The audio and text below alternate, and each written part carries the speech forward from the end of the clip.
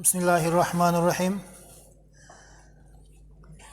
الحمد لله والصلاة والسلام على رسول الله. أما بعد السلام عليكم ورحمة الله وبركاته.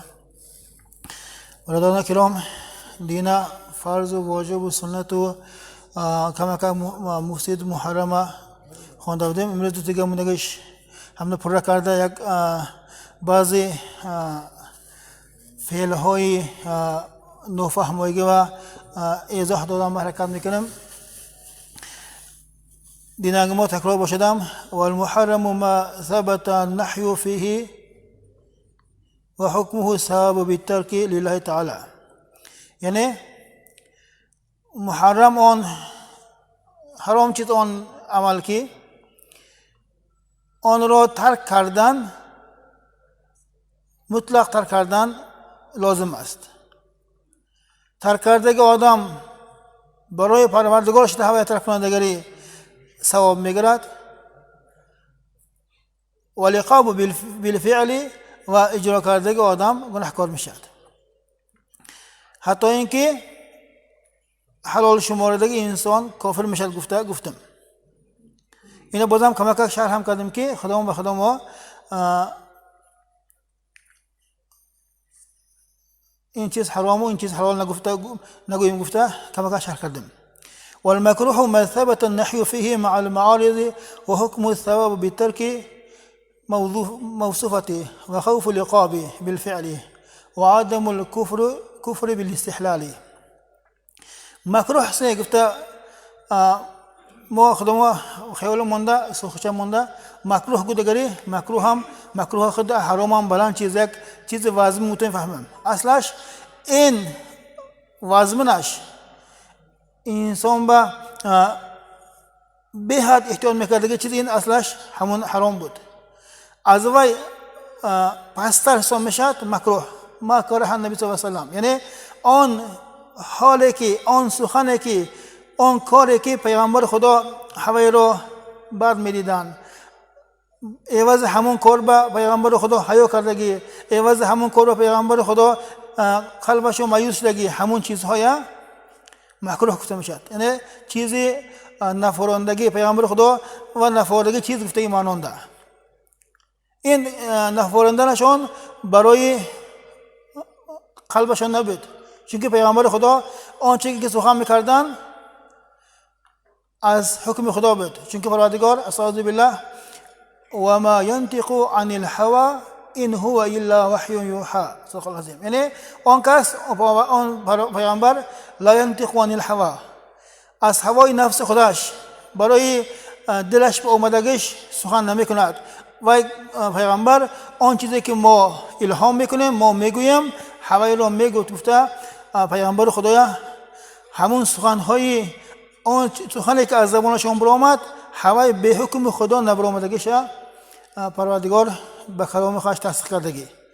برای همین بعضی ارکان هایی که مکروه حساب شد می دمک همون چیزهای باید انسان از حیات خودش دور کردنش کار و یا سهوان ترک کند گناهکار نشودم یا که حلال نشمردگی کافر نشودم، لیکن داند که همون حالا پیغمبر خدا نمیکردن، همون چیز پیغمبر خدا و قلبشون با آزاد میداد. برای همین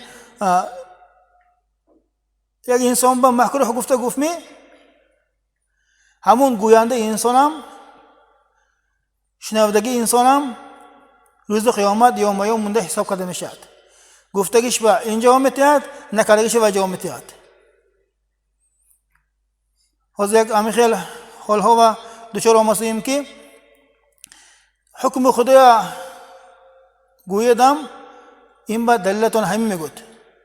خودی و انسان این گوینده انسان یک کاری بعد با روپارا کارسدگی با این دینم یک دلوشد محلی انگرخنده پیغمبر خدا همون مشکات المصابیح یکم حدیثش درباره اخلاص آمدگی وقتنده همون آخرشنده درباره نشانه های قیامت گوید گفتگینده پیغمبر خدا سرلوچ پالوچ ها دنیا و تلاش میکنن گفتگی همونجا نه سرلوچ پالوچ به معنای نیک نگفتگی گفتگوی مگلی این به دلتون همی میگود خودی و علامه زمان شدو سی سیتی آزاد میدوند و یک تا همین حدیث نخوندگی بوین درباره ایمان آمده که همون حدیث همه کتاب های ایمان انده همین حدیث آورده میشد برای همین یک انسان با دلتون همی گفتن من شما باور نمیکنم شما دروغچید شما من دوزخ برسید قفای شما من نمیگردم من شما تن نمیگرم برای همین من با این آیات این حدیث گفتگی من علمم یتلی من خدام خونده میگرم من به استاد در کار نه استاد من شیطان گفتگی سو میشد دیا همین خیلی بی آدابی افسوس که حاضر محیط ما گرفت یونانگی و انسان اسلامش ایمانش عبادتش یاددگی استادش دلش رنجاندن حاضر عرف شد اصلا این حال ها را این صفت را برای مؤمن ها داده نمیشد همین چیزها باید ما به اعتبار شیم یک سر تراویح انده گفتم که مسجد انده آداب مسجد رعایت کنید مسجد در آمدن بس سکوت کرده شنید تونید دو رکعت نماز خوانید نتونید خب پکک تسبیح گفته شنید گفته یک چند بار تاکید کردم حالی هم مسجد کتی بزرگ فرقش من نرفسیم هر سخنی در مسجد در بیرنم برآمدگی سخن دفتری نیک یا بد البته کتابت میشد سجدگاه پروردگار انده استاده جای ذکر خدا موا جای همون ذکری که برای خدا لازم بده کردن با دیگه نمیشتگی با معمای دنیا اندم همین جنده ما مشغول شدن ما این مایا یک روزانه نیم ساعت باشدم برای پروردگار خدا مایا جدا کردن با لایق نبودگی و اشاره میشده است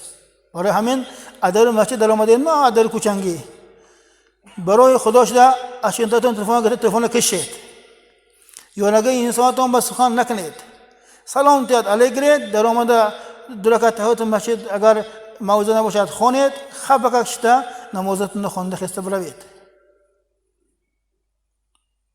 این چیز ما با شما گفتیم خود مثل امانت ما گفته که ما فردا روز قیامت از شما دعوا میکنیم شما نکردگاتون روز قیامت در نزد ما جوابگار میشتون چون که ما به نام خدا این چیز را رسانسیم خدای خواهد شاهد کرده در بیت خدا رسانسیم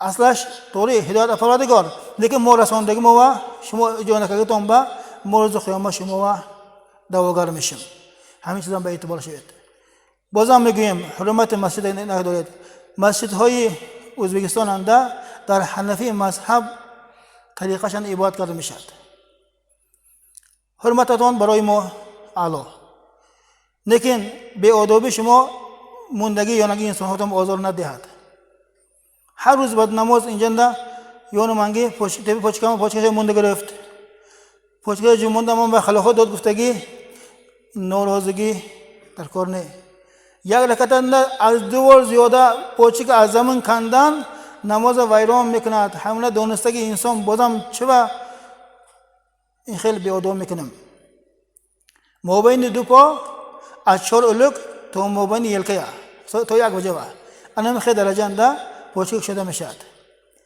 دست مایم همون تیپ نوفم مونده باند دست ما قبضه میشنم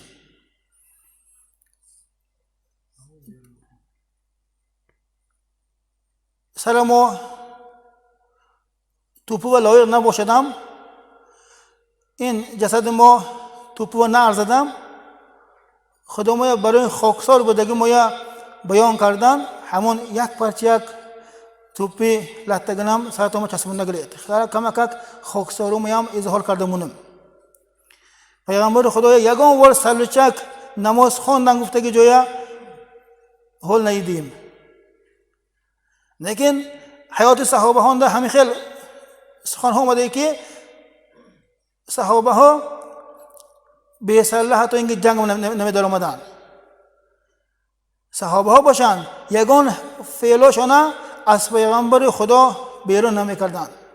صحابه ها به سلاح سودگی وقتنده پیغمبر خدا البته سلوچک نمیشن. خواهشان سلوچک پولشکا دنیا تلاش میکنن گفتگی وقتنده خواهشان سلوچ گشته گفتگی صفات دادن پیغمبر خدا و این صاحب علم صاحب گپش نی. من خاکسار صفتنده سلوچن خاصیم گویده گری ملش. لیکن خاکسار صفتنده کرتی 5000 بشید. خاکسار صفتنده شما 10,000 بشید. شما تون ورساچی $50 کرتاتون مرکوری 200,000 و سونت اگر توپ و خاکسار میشید می. پوچگانگی کسب کاتون نه $70 میستاد. سونت شما سالچه گردید خاکسار میشید. خاکسار آدم تپشی 10,000 بشید. فوتبال که 5,000 بشید. موی سرش پول باکس که دارن نمیگرد. قذف موی سر تبدیل داده گرفتن این از صفت مسلمان ها نه. یا موی سر پر مونده میشد یا پر گرفته میشد.